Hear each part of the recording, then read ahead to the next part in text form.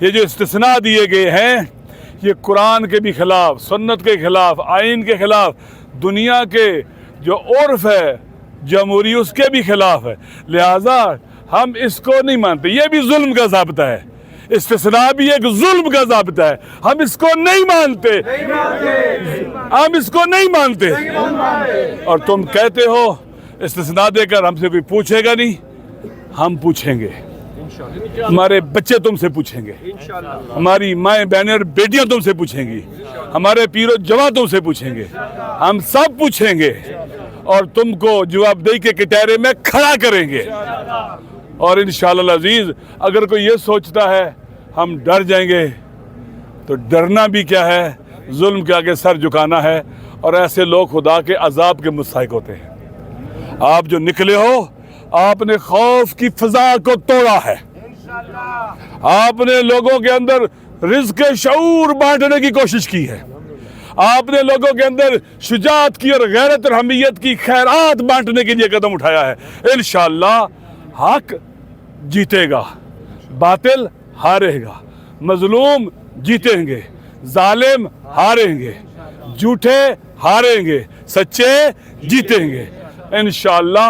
اور جیت ہمارا مقدر ہے، ہم میدان میں حاضر ہیں، جب تک ظلم ہے ہم میدان میں حاضر رہیں گے۔ قرآن مجید میں ارشاد فرمایا ہے کہ لا تظلمون ولا تظلمون، نہ تم ظلم کرو اور نہ ظلم کو قبول کرو۔ اس وقت پاکستان ظلم و ستم کی آماجگاہ بنا ہوا ہے۔ آپ پر ظلم ہوا پیکا ایکٹ کے ذریعے، عدلیہ پر ظلم ہوا 26ویں اور 27ویں آئینی ترمیم کے ذریعے، پارلیمنٹ پر ظلم ہوا زبردستی ان سے آئینی ترامیم کروا کر، اور رات کے اندھیرے میں پارلیمنٹ کے نمائندوں کو اٹھا کر۔ اس وقت الیکشن کمیشن پر ظلم ہوا ہے، ایسے لوگ بٹھائے گئے ہیں جو فری اینڈ فیئر الیکشن کرانے والے نہیں ہیں۔ پاکستان کے عوام پر ظلم ہو رہا ہے، ان کی زمینوں پر قبضے ہو رہے ہیں، ان کی ثروت جو صدیوں سے ان کے پاس تھی، ہزاروں سالوں سے تھی، ان سے چھینی جا رہی ہے۔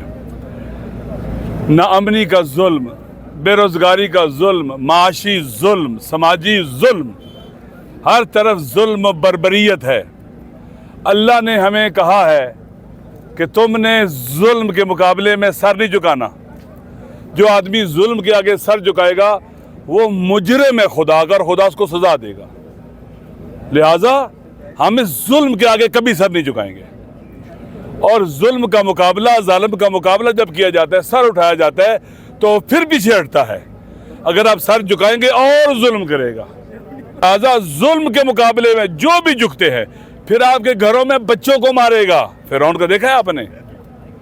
لہٰذا ظالم کا مقابلہ کرنا ہم سب کی ذمہ داری ہے، اللہ نے ہماری ڈیوٹی لگائی ہے، ہم پر فرض قرار دیا اللہ تعالیٰ نے اپنی کتاب ہدایت میں۔ ہدایت کا راستہ، صراط مستقیم کیا ہے؟ ظلم کے مقابلے میں باہر نکلنا ہے، ظلم کے مقابلے میں فریاد بلند کرنی ہے، ظلم کا مقابلہ کرنا ہے، ہر حال میں جہاں بھی ہو ظلم کا مقابلہ کرنا ہے۔ اور انشاءاللہ عوامی جدوجہد کے ذریعے، عوامی طاقت کے ذریعے، عوامی طاقت کے ذریعے، عوامی جدوجہد کے ذریعے، پرامن جدوجہد کے ذریعے 24-25 کروڑ کے مقابلے میں یہ مٹھی بھر ظالم کچھ بھی نہیں ہے۔ پاکستان کے عوام یقین کر لیں یہ کچھ نہیں ہے۔ عوام کو ڈرانا، ہراس کرنا، خوفزدہ کرنا بھی کیا ہے؟ ظلم ہے۔ لہذا ہم نے خوف کی فضا کو توڑنا ہے، یہ ظلم کے مقابلے میں سر اٹھانا۔ ہم نے ان ظالموں کا تعاقب کرنا ہے، ان کا پیچھا کرنا ہے، ہم نے یہ ظلم کے مقابلے میں کھڑا ہونا۔ اور انشاءاللہ یہ آوازیں اب چپ نہیں ہوں گی، یہ لبوں کو تالے نہیں لگیں گے۔